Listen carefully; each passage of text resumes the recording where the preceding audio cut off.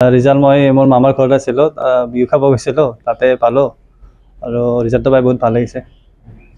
কি পদত পাইছে? মই এছিষ্টেণ্ট একাউণ্টছ অফিচাৰ পাইছোঁ 106 স্থানত। প্ৰিপাৰেশ্যন কেতিয়াৰ পৰা কৰিছে? প্ৰিপাৰেশ্যন 2020ৰ পৰা আৰম্ভ কৰিছিলোঁ আৰু তেতিয়াৰ পৰা লাগি আছিলোঁ। মাজতে বেলেগ এক্সামো দিলোঁ, ডাইৰেক্ট ৰিক্ৰুইটমেণ্টত তাতে কাম কৰি আছিলোঁ বৰ্তমান এমপ্লয়মেণ্ট এক্সচেঞ্জ হাফলঙত, আৰু যোৱাকালি ৰিজাল্টটো পাই বহুত ভাল লাগিছে। কি ক'বা, ক্ৰেডিটটো কাক দিব?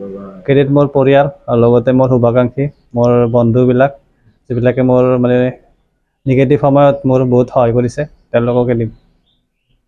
আচলতে প্ৰথমে চানফাৰ্মা ব্যক্তিগত কোম্পানীত হয় মই চানফাৰ্মাত কাম কৰিছিলোঁ প্ৰায় 2.5 বছৰ।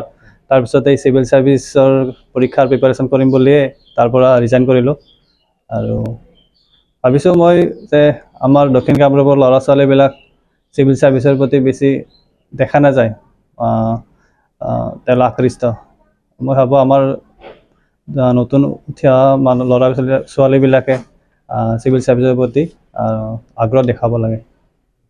আপোনাৰ প্ৰথম আনুষ্ঠানিক শিক্ষা ক'ৰ পৰা আৰম্ভ কৰিছিল?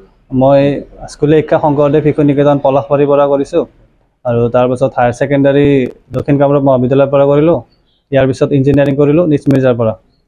ৰিজাল্ট সন্দৰ্ভত কি মেট্ৰিক হায়াৰ ছেকেণ্ডাৰী? ৰিজাল্ট ঠিকে আছিল, ৰিজাল্ট ভালে আছিল মোৰ।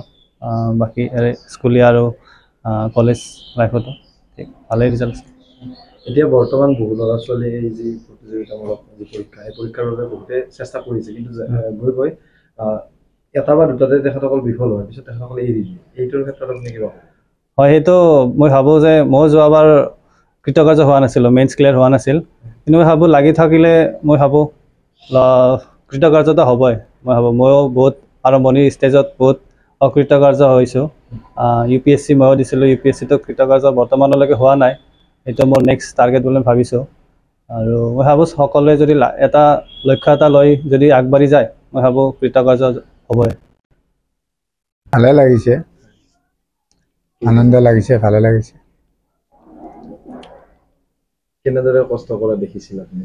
কষ্ট কৰিছিলে, সি বহুত কষ্ট কৰিছিল। আজি প্ৰায় 3 বছৰৰ পৰা আৰম্ভণিৰ পৰাই মানে দিনে ৰাতিয়ে পঢ়া শুনা কৰিছিল, ৰাতি 2টা বজালৈকে পঢ়িছিল, এনেকুৱা। এতিয়া এতিয়া চাকৰিটো পোৱাৰ পিছৰ পৰা অলপ মানে হেৰি হ'ল, পঢ়াত অলপ কমি গ'ল, এতিয়া তাতে সময় দিব লগা হ'ল।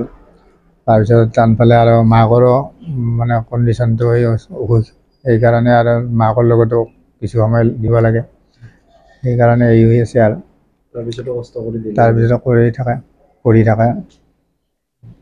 প্ৰায় দিনত 8 ঘণ্টা 10 ঘণ্টা সময় পঢ়িছিল।